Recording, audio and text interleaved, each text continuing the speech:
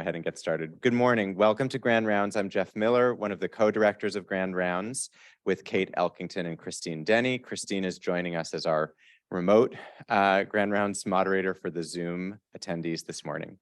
So I have just a few announcements before we begin. Next week, there's no Grand Rounds due to the annual ACNP conference. And we'll pick up Grand Rounds the following week on December 14th. That will be a fully remote Grand Rounds. The Office of Equity, Diversity, and Inclusion will present the next session in the Addressing Structural Racism series. The speaker for that session on the 14th will be Kupiri Ackerman Barger, Associate Dean for Health Equity, Diversity, and Inclusion at UC Davis Health and professor at the School of Nursing there as well. And the title of that talk will be Supporting Learners Through Trauma-Informed Educational Practices. And as I mentioned, so that's in 2 weeks, fully remote, no Grand Rounds next week.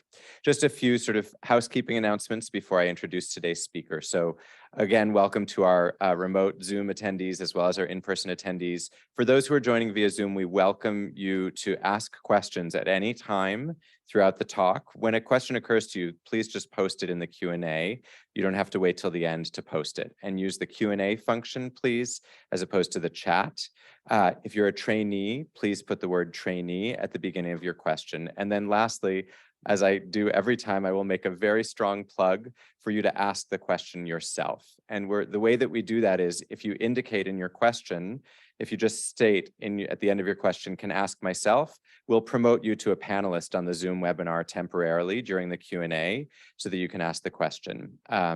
If you prefer to have us ask it, you could write prefer to have it asked, but please consider asking it yourself. It's much more interesting and less work for our remote Zoom moderator as well.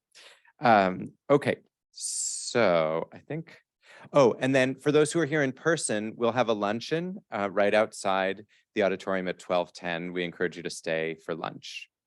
Okay, so I'm thrilled to introduce today's speaker from our own department, Dr. Yuval Neria. Dr. Neria is professor of clinical medical psychology at Columbia University in the departments of psychiatry and epidemiology, and director of trauma and PTSD at NISP. His body of work was deeply influenced by his extensive war experiences. He was injured in the Yom Kippur 1973 war, and at the age of 22 was awarded the Medal of Valor, the highest decoration for combat bravery in Israel, comparable to the US Medal of Honor. Dr. Neria joined Columbia University Medical Center in 2002, and since then has led and collaborated on numerous studies in trauma and PTSD. He has studied prisoners of war and war veterans, civilians exposed to terrorism and disasters, and recently people affected by the COVID-19 pandemic. To address major gaps in availability of mental health treatments for service members and their family members, he founded the Columbia NYP Military Family Wellness Center in 2016, where both veterans and family members can receive free evidence-based care to address their PTSD, depression, and anxiety problems. In addition, he has co-founded and co-directed the Man of War project, dedicated to develop and test the efficacy of equine-assisted therapy for PTSD. Dr. Neria's lab is focused on studies aiming to identify brain markers for trauma, PTSD, and resilience. By using advanced multimodal imaging approaches, his lab has developed innovative methods to characterize deficits in fear and reward processing, systematically mapping PTSD biotypes, and has successfully identified markers of clinical improvement in PTSD patients undergoing a range of therapeutic approaches. Dr. Neria's research has been supported by NIMH, philanthropy, and private foundations since 2004. He's authored more than 220 scientific articles and book chapters and has edited 4 textbooks focusing on the nature and treatment of the mental health consequences of trauma. So we're really thrilled to welcome Dr. Neria today. The title of his talk is Fear and Reward Processing in PTSD, Diagnostic and Treatment Implications. Welcome.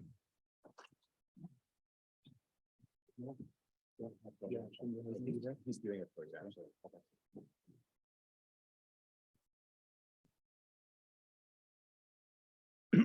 Okay.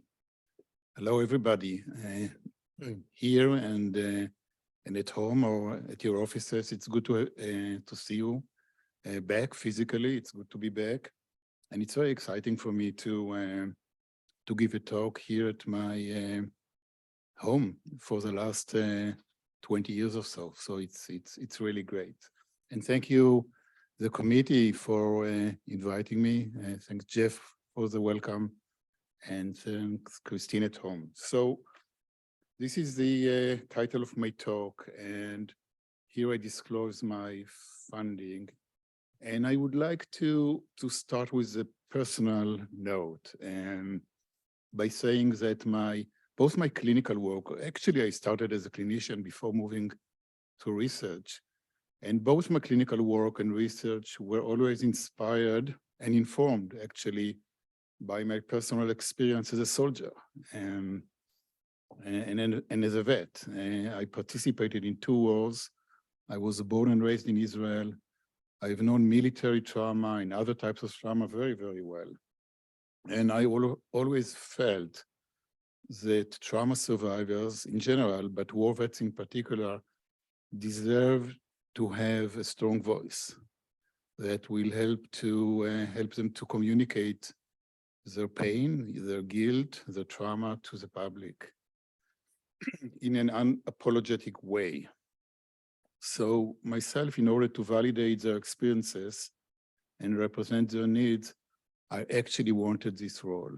And so on the left, you can see a reminder of what a war looks like these days, actually, between Russia and Ukraine. Another hundreds of thousands of vets from both sides are going to come back home traumatized and with needs and that they probably will not be addressed or not fully addressed.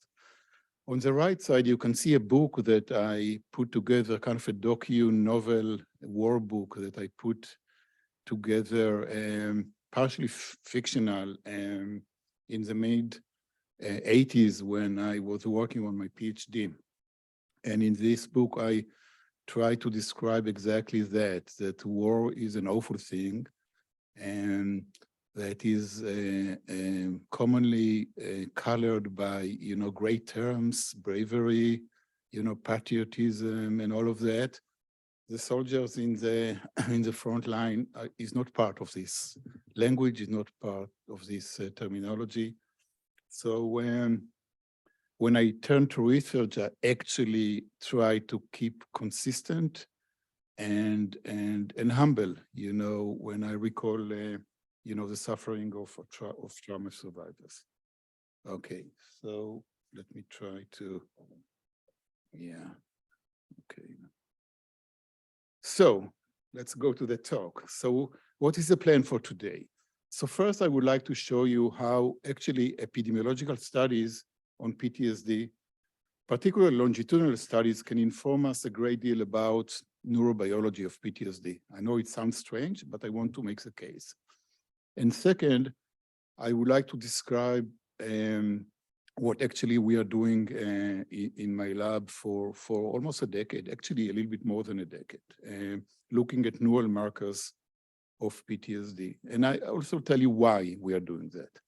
And third, if we have time, I would like to share with you a few thoughts that I have about the field of PTSD. There is quite a bit of problems that we try to address. So I started my research career in learning from great psychiatric epidemiologists, such as Bruce Donovan in this department, Myrna Weissman, Mark Olfson, Evelyn Bromet from Stony Brook, and Ezra Sasser from Colombia. And in Israel, I was mentored by Zahava Solomon, who actually in the early 80s, right after the publication of the DSM-3, was able to provide kind of nice insights about the typical temporal patterns of combat PTSD, all the way from acute stress disorders to full-blown PTSD. It was a great deal at the time.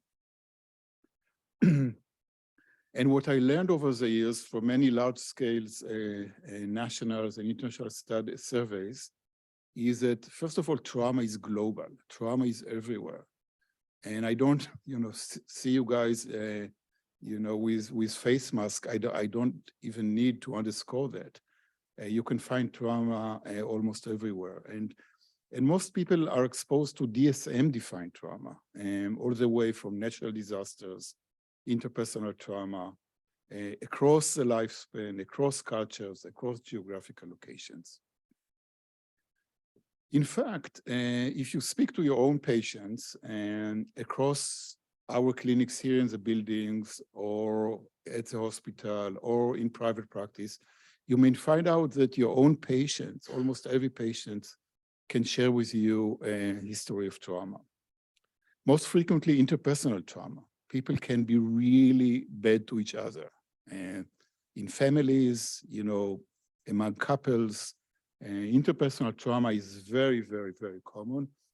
And the outcomes of interpersonal trauma or trauma in general are not limited to PTSD. We can see history of trauma in schizophrenia, bipolar illness, GAD, etc. So why focusing on PTSD though, right? I focused on PTSD, and there was a lot of excitement early on, you know, in the 80s and 90s about PTSD. Still is, and it's good. And PTSD is certainly the signature outcome of trauma exposure. Prevalent rates are pretty high, depending on the trauma type. Massive economic burden, more than $230 billion a year estimated in 2018. And diagnostic challenges that are yet to be really fully or systematically addressed. Treatment, although available, efficacy of treatment is pretty moderate, at the best, I would say. But there is evidence for brain plasticity that can be traced since exposure, during recovery, or in persistence of chronic symptoms that I would like to talk about. Let me start with this study, really the first study that I've done. Always bring it in my talks because I was so interested in understanding war captivity or war mental health effects in general, and especially initially looking at the mental health problems of my own fellow friends and colleagues. And Yom Kippur War was a big deal, actually almost 50 years ago, really hard to believe. And where Syria and Egypt really attacked Israel from both sides, large Israeli military suffered tremendous losses of lives, injury, lots of soldiers fell in captive. And we designed a study about 18 years after the war, really to go after those mental health effects, try to understand them with the idea that we may affect actually policymakers in Israel to treat POWs and war veterans more fairly. And we actually were very impressed by the VA in the US at the time. You know, we didn't know too much, but we were pretty impressed, and we wanted to see whether there is a chance to do something like that in Israel. And in this paper, published in 2000, we reported findings from this study. We compared POWs in blue to combat exposed soldiers in orange. By the way, those soldiers were a perfect control group because they were the same units from which soldiers fell in captive. And what did we find? We actually found, as we hypothesized, that PTSD among POWs, the risk of PTSD will be higher. It's not a surprise, right?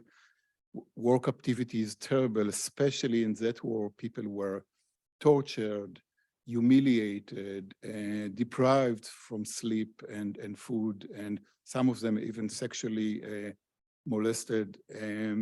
Really very traumatic, horrific experience, and we kind of validate or supported our hypotheses.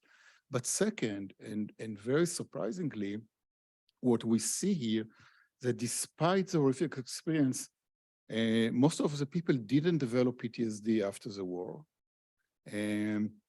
either in the POWs group or the control group. So you can see great evidence for resilience, actually. And third, which was extremely interesting and very much related to the talk today, is to see a pattern of recovery really over time, right? So PTSD is not a stable disorder. It's not like schizophrenia, for example, that, very hard to take care of. Here you can see really sharp decline over time. So, and when you look at studies in the US and elsewhere, you can see the same pattern, right? Generally confirms the pattern that we have seen among the Israeli soldiers. PTSD rates are diminished over time. This data is from 9/11 research. And also confirming what we found about the role of trauma severity in the outcome. So initially, people who were directly exposed to the disasters in the World Trade Center had higher risk for developing PTSD, but really rates diminished over time. So generally speaking, across longitudinal studies in men and women across ages, we see similar pattern. While the minority of the exposed individual will develop chronic PTSD, here the group in blue, most people will either show initial symptoms followed by recovery, group in orange, or low levels of symptoms in gray, or consistent resilient here in yellow. So the main question is actually, what are the underlying factors that either facilitate recovery over time or interfere with recovery over time? And generally speaking, whether PTSD is a disorder of deficient recovery, right? So this is part one of the talk today. And those are the conclusions and questions. So trauma is common, we spoke about it. Many PTSD cases recover over time. Significant minorities though will develop chronic unremitted PTSD. And the question are, what are the neural markers of yet to be remitted PTSD? Can we address them in treatment? Can we target them? Can we go after those deficiencies in treatment? And a note, and unfortunately, I cannot present everything that we do. I will not talk today about prevention, for example. I will not talk too much about resilience. So Christine Dennis, who is at home now, and hi again, Christine. Christine Dennis' suicide and prophylactic ketamine are a great example of what can be done, hopefully in the future, about preventing depression, PTSD following trauma. So what are the neural markers of PTSD? So actually, we are looking at three basic quantitative or options, right? But let me start by that PTSD is clearly a fear disorder. Its course, illness course, started after exposure to a terrifying event. There are multi-related symptoms that are especially linked to the trauma, re-experiencing, avoidance, arousal, and reactivity, mostly fear-related symptoms. And the goal is to see what are the underlying really mechanism for these clinical symptoms. Three options, right? And I'm not going in depth into those options. Basic research, animal studies, also human studies showing us that either we are talking about fear learning or fear conditioning. Fear learning is really where an association between unconditioned stimulus and a neutral stimulus or neutral context is formed, resulting in expression of fear responses. Either that or extinction learning, right? Whether there is a deficiency in the ability to extinguish fear memories. That's the next question. And the last question is whether the deficiency is actually in a more sophisticated type of extinction, named extinction recall, meaning the retrieval and expression of the learned extinction memory after a delay, when you ask a person really to recall extinction learning over time, which is very, very important in PTSD. I'll show you a little bit about that. And also, should we expect sex differences at all? We all know that PTSD rates are higher among women. Most studies are showing that, not all studies. Why? Why is this the case? Brief methods. We compared PTSD patients to trauma-exposed healthy controls. You have two options, whether healthy controls regardless of whether they're exposed to trauma, or controls that are exposed to trauma. We prefer controls that are exposed to trauma because you can control really the effect of trauma and you can see resilient patterns, right? When you're exposed to trauma, don't develop psychopathology, you get a nice comparison. And we used fMRI, we actually used multimodal MRI assessments, and skin conductance response, clinical assessments, etc. And the task, fMRI task that we designed, let me that. So the sound that you heard, it's when subjects are getting electrical shock to the fingers. There is a conditioning, so people are lying in the scanner, they are looking at the screen, their fingers are connected to electrodes, and they are exposed to two different CS pluses that depicted within a photograph of distinct rooms, the conditioning room. You can see this is a conditioning room. There are two CS pluses, they get shocks after each of them, and there is another stimulus that never gets shocks. This is a safe, CS minus, the safe stimulus. And after a minute or so, they are asked to extinguish this fear learning. How do we do that? We show them the same CS plus, now in a different context, different room, right? Without shocks provided to their fingers, and we show them also the CS minus. And after 24 hours, those subjects, those patients are asked to come back to the study, going to the scanner, and they asked to watch again at the two CS pluses, this time without any shock, like during extinction. And we are looking at the difference between this CS plus and this CS minus in terms of the response, both brain and skin conductance response. So this is the first set of findings done by Earl Schwil. Earl was a T32 fellow years ago in my lab, and as you can see here, PTSD subjects as compared to control have no problem to condition, to do through fear learning or fear conditioning. And this is important to know. In terms of brain activation, we saw kind of a reduced activation in the VM-PFC prefrontal cortex, and increased activation in the DACC and right insula during conditioning. So this is interesting. By the way, and this is interesting because right away during conditioning, you can learn something about what's going on in cortical areas versus more limbic areas. So DACC is not a limbic area, but DACC correlated very well with amygdala. So no differences between men and women, no differences between controls and PTSD. There is slight elevation of responses among men as compared to women in response to the CS plus, but not significant. Extinction learning, again, no problem to extinguish fear memories for the PTSD patients as compared to trauma exposure healthy control. So that's, again, interesting. I mean, you see two basic capacities of fear processing completely intact.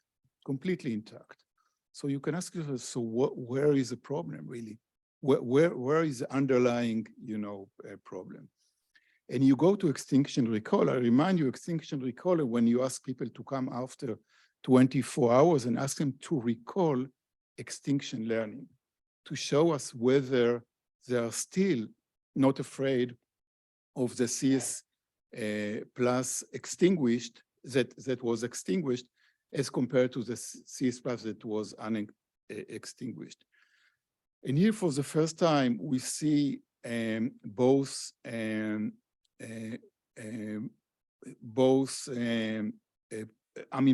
in both the PTSD groups and among men. In the control group, both men and women were able to recall extinction pretty effectively, really. But women in the PTSD group, once again, have shown intact extinction recall. I mean, and if at all, we would hypothesize that women will do much worse as compared to men, right? They have higher risk for PTSD. We don't see it here. Men, on the other hand, have elevated response to the CS plus that was extinguished, suggesting deficient ability to maintain extinction. And men also showed increased activation of the left rostrodorsal ACC. Very, very interesting as compared to women in red. So this is just 2 words about why the ACC, why the anterior cingulate cortex is important. It's important because it's playing a major role in our studies. So other studies may find different things. We found really the ACC to play a very consistent role. And it's highly involved in fear processing and connected to both the amygdala and the prefrontal cortex, right? And usually positively correlated with amygdala activity. So, before I go to this slide, I'm already kind of hinting that we will try to go after the dysfunctional ACC. Really, this was something that we kept in mind when we did this study.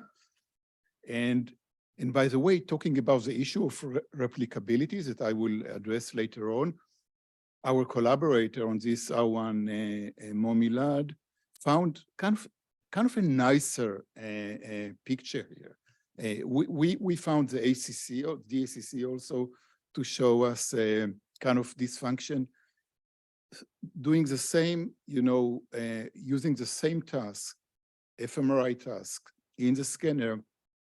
He was able to show that during extinction recall, both the hippocampus and the VMPFC were really under-engaged in PTSD as compared to controls. And again, once again, hyperactive DACC, telling you a lot about, dysfunctional top-down neural control in PTSD patients. Okay, so we isolated the problem, and fear circuitry, we know that it's appeared during extinction recall. What's the next phase? And so just a kind of 2 words of summary, main conclusion so far. Clinically, patients with PTSD are reminded of the trauma while awake and asleep in multiple ways. Flashbacks, nightmares, thoughts, feelings. Neurobiologically, we are seeing that PTSD patients, especially men, show aberrant capacity to recall extinction of fear memories coupled with poor top-down neural control. And together, PTSD patients manifest little to no capacity to forget the trauma. Really, that's really the conclusion. And I really recommend Scott Small, who is a colleague of us in this department, also neurology, talking about forgetting, the inability of PTSD patients to forget. In contrast to, let's say, Alzheimer patients who tend to forget and not to remember. So is PTSD a memory disorder? We can discuss it later. So the next question is about treatment. Can we normalize deficient fear processing in PTSD? So the best way we thought when we wrote this grant was to use prolonged exposure treatment. And the word about prolonged exposure was developed by Edna Foa, who even before the age of neuroimaging was smart enough to know that she needs to come up with a learning model, that kind of a rationale, of learning theory that will really guide the development of this treatment. By the way, not only in PTSD, she's doing also very successfully with Blair and other in OCD. But what Edna was developed is an approach when you really combine repeated imaginal and in vivo exposures to trauma memories again and again and again and again until the patient is tired of all of that, with homework, etc., both in the office and outside the office, aiming to facilitate exactly extinction.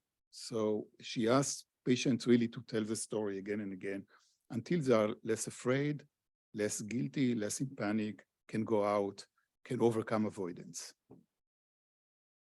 So can we normalize deficient field processing? That's the question. We chose PE treatment, and we have, and I'm going to show you a couple of few findings. First, whether we was able to reverse extinction recall impairments, whether we can alter connectivity, functional connectivity, and what is really the role of the hippocampus in all of that, especially if PTSD is a memory disorder. We did 2 scans in the MRI before and after PE, and we compare PTSD patients to trauma-exposed controls who didn't go into PE treatment. And we use the same paradigm, right? And especially we looked at the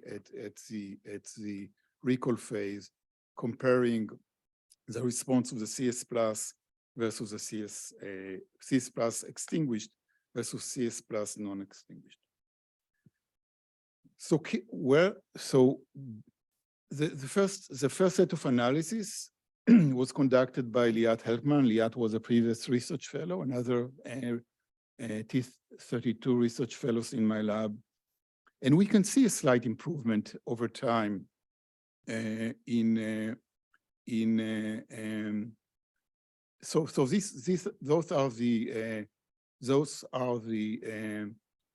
is a control group, and this is a PTSD group, and baseline in blue and follow-up in green, and you can see a slight improvement, albeit not significant, in the response to extinction recall. So people are showing kind of a slight improvement. Were we able to normalize extinction recall as showing up by the activation of the DACC? We did. Pre-treatment, post-treatment, a very nice decline in activation of the DACC, suggesting that amygdala is less activated, kind of almost like hijacking the process. A nice analysis was done by Shizu pretty recently, and she is a senior team member in my group, in the ADC group, working myself with Frank Schneier, with others, doing great work. And she did an analysis using the resting state functional connectivity data. So this is data that was collected in the scanner at rest. She did the seed-based analysis. I'm not going to go over that, but she picked up amygdala and she picked up hippocampus at seed regions. And in the amygdala, we were able really to look separately at the BLA and the BLA and the CMA. And the BLA is the basolateral complex in the amygdala is very interesting because it's really about processing, and the CMA is more about expressing, kind of a major output response region, and we can see here a very nice improvement in a number of pathways really following PE. You know, the BLA OFC connectivity was increased over time. The BLA thalamus was increased over time. CMA OFC also increased over time. And hippocampus, medial prefrontal cortex, also connectivity was enhanced over time.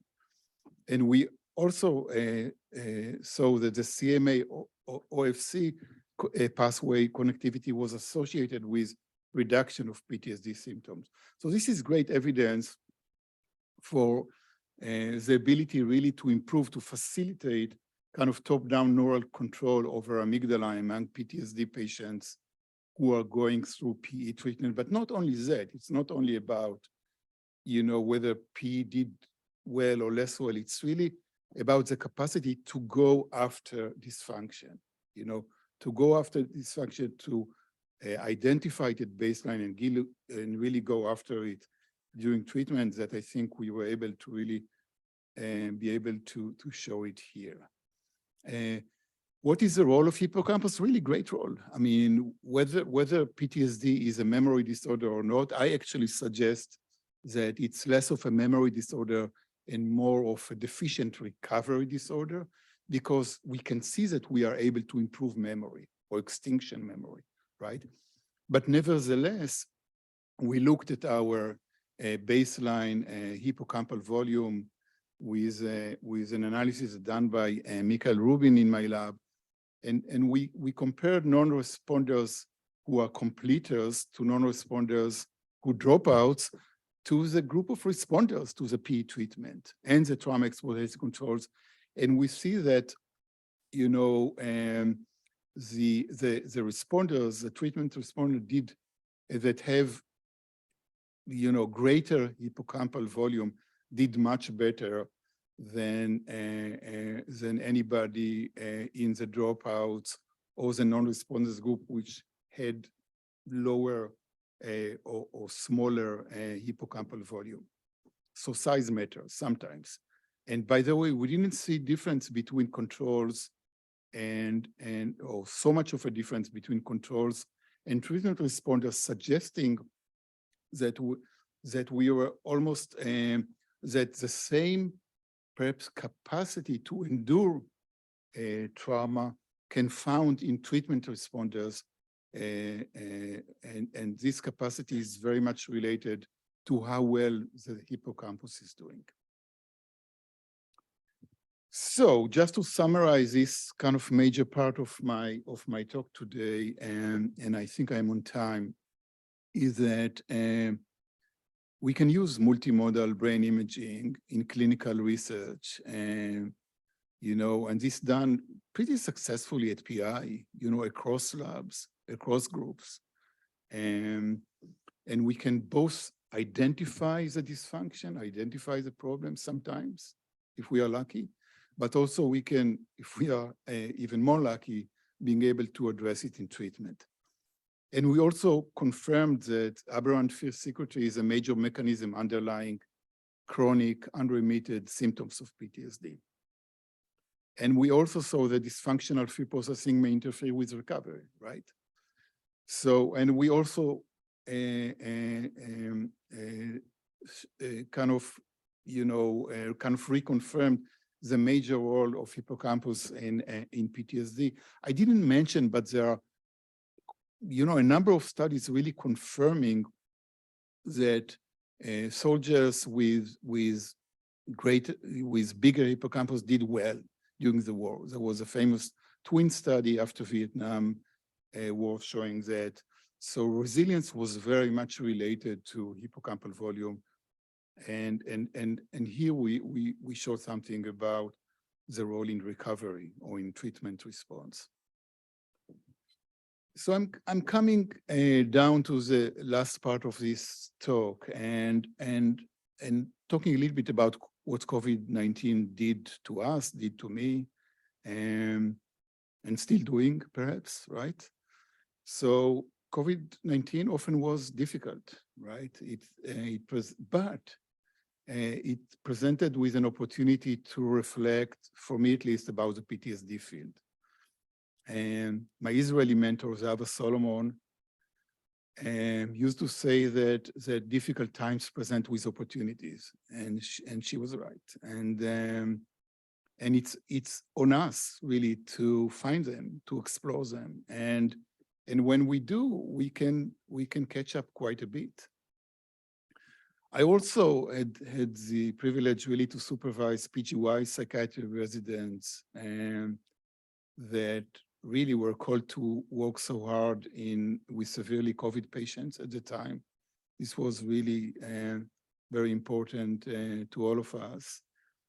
And I spent a lot of time reading translational studies in PTSD. Two observations I had. First, that imaging technologies are rapidly developed. There is so much, you know, computational psychiatry, imaging methods, opening up a great opportunity to study underlying basis of mental disorders. And also to being able to clarify neural predictors of clinical outcomes and neural changes over time. So technology is really picking up, is really there. Yet, we see a lot of difficulties in the field. First of all, very difficult to replicate fMRI findings across labs. You saw the difference between what Momi Lad found in his lab and what I found in my lab. Also, only small to moderate effect sizes in RCTs in PTSD, concerning. And even prolonged exposure, which is really the lead treatment, gold standard treatment, non-response rates are skyrocketing, can go to 60, 70%, with dropout rates reaching 50%. Not in our lab, but still, especially in the VA. Only few medications found to ameliorate PTSD with small effect size. So the main question is, do we have a problem with fMRI tasks, or do we have a problem with treatments, or what type of a problem we have really? So I was invited by Ned Callin, who is the editor of American Journal of Psychiatry, during COVID to write kind of an overview about the field. And at the beginning, I was quite nervous, but again, so it is a great opportunity to do something that hopefully will facilitate some change. So I've been thinking a lot about what are the challenges presented with diagnostic definition of PTSD, and decided to tackle it. And the problem with a PTSD diagnosis, as conceptualized, as designed in the different,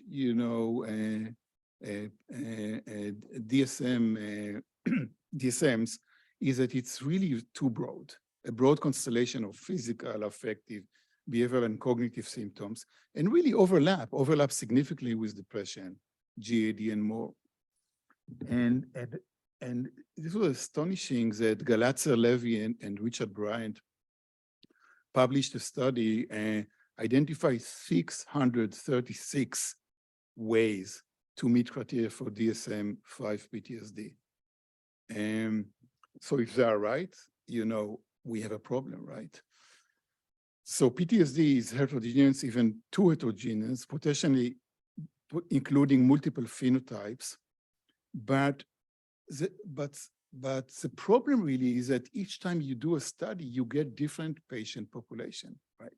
That's the problem. So one time you get people who are less depressed and more like PTSD pure. Next time you get people who are more depressed. So you get different phenotypes, different patient population. You cannot really replicate studies. You cannot, you get non-conclusive results, etc. So actually a problem. And generally speaking, there is really a lack of clear biological margin between disorders, PTSD, MDD, GAD, etc., and lack of diagnostic specificity. So I thought that this is really, perhaps a time to kind of call for action, if at all, humbly call for action. And there are a couple of things that need to be done, really, and sooner than later. Need to improve diagnostic specificity, need to identify clinically meaningful and consistent neurobiological markers of diagnosis, which later can serve also as objective targets for treatment, right? So just to show you a little bit about what we've done in this domain, the case of comorbid PTSD-MDD is very interesting because 50% at least of the PTSD cases meet criteria for depression, for major depressive disorder. And PTSD-MDD patients are different from PTSD alone. Greater severity and worse clinical outcomes. They have greater distress, higher suicide rates, risk, poor treatment response, difficulties engaging in treatments because they are depressed, with anhedonia. Particularly people who go through PE. So here, again, what Shizu done in this analysis is very interesting. Because previous studies found PTSD patients to report anhedonic symptoms, so it wasn't really an invention. Previous studies shows it. PTSD patients have motivational issues, lack of pleasure in rewarding activities. So, you can hypothesize that such issues may be associated with dysfunctional reward circuitry, right, in the brain, ventral stratum, particularly the nucleus accumbens, the NACC, sorry. So here we used, again, resting state functional connectivity, and we compared 3 groups. We compare people with PTSD-MDD, PTSD comorbid with depression, PTSD alone, and trauma-exposed healthy controls. And you can tell that at least on 3 pathways, the BLA, amygdala, OFC, you can tell the connectivity in PTSD-MDD group is kind of lower, significantly lower from those who have PTSD alone or from the trauma-exposed healthy controls. So there is a deficient, important pathway with amygdala and OFC, and especially those 2 NACC pathways with the thalamus or the hippocampus. Really, you see patients with PTSD, MDD doing very poorly on this pathway. So the question is, can PE address also reward processing deficits? I just told you a story about how great PE is doing with fear circuitry, but what about the reward circuitry in about 50% of patients with PTSD MDD? And not so much, right? So we conducted kind of a pilot study on that. We see that PE did pretty well on the fear pathway. BLA OFC did almost nothing on the reward circuits, NACC hippocampus, NACC thalamus. So these findings really confirmed our hypothesis that PE alone has a limited, if any, effect on the reward circuitry, which was actually disappointing to see, but not surprising.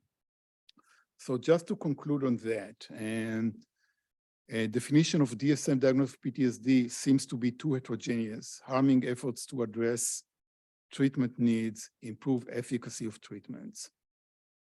We see that PTSD-MDD only partially overlap with PTSD alone. Is it a unique diagnostic phenotype? Good thing to study. It seems like that. We also saw that PE, gold standard of treatment, doing pretty bad with the reward circuitry. So better targeted treatments need to be developed in order to address both fear and reward dysfunction in PTSD. I might say that we have a number of encouraging results in this area, kind of addressing anhedonia or depression in PTSD. The work that John Markowitz, my colleague, has been done when he developed IPT that did very well in depression for PTSD. And once again, we see that IPT PTSD is doing pretty well with PTSD MDD patients. Are also equine assisted treatment that I didn't have time to discuss, which is really a great fun, did very well with depressive symptoms. And actually our brain imaging studies that accompanied, the equine treatment is showing great effect on reward circuitry. And also I think psychedelic, psilocybin, MDMA, ketamine studies hold a promising start and need to be developed further. Before I finish, I'd like to tell you in a minute what we have in the pipeline. So we do big data research led by Shizu in my lab, addressing heterogeneity and comorbidities via biotype identification, and hopefully this will be a promising contribution to the field. We're gonna start next week, actually, a study looking at transcendental meditation in veterans and first responders with PTSD. This is a 6-site, multi-site study, include an imaging study at Columbia. Very excited about that. We also address reward-based reward processing in a study, in a clinical trial that Amit Lazarov, a previous fellow in my lab, also working with Frank Schneier and others, developed a beautiful attention deficits eye tracking type of intervention, computerized, 8 20-minute section, and we're going to do an RCT in PTSD. And during COVID, we also developed and tested the efficacy of brief video interventions delivered online on mental health stigma and health-seeking intentions. Great study that we did with Lisa Dixon, Doron Amsalem, Roberto Luis Fernandez, Tom Smith, Melanie Wall. And we have, as Jeff mentioned, the Military Family Wellness Center, perhaps the only university-affiliated non-VA center for vets and family members providing evidence care treatment. So we continue on that. And that's it for today. I would like to thank everybody that ever came through my lab. I don't have time to read them all, and multiple collaborators that I'm grateful to have worked with. Thank you.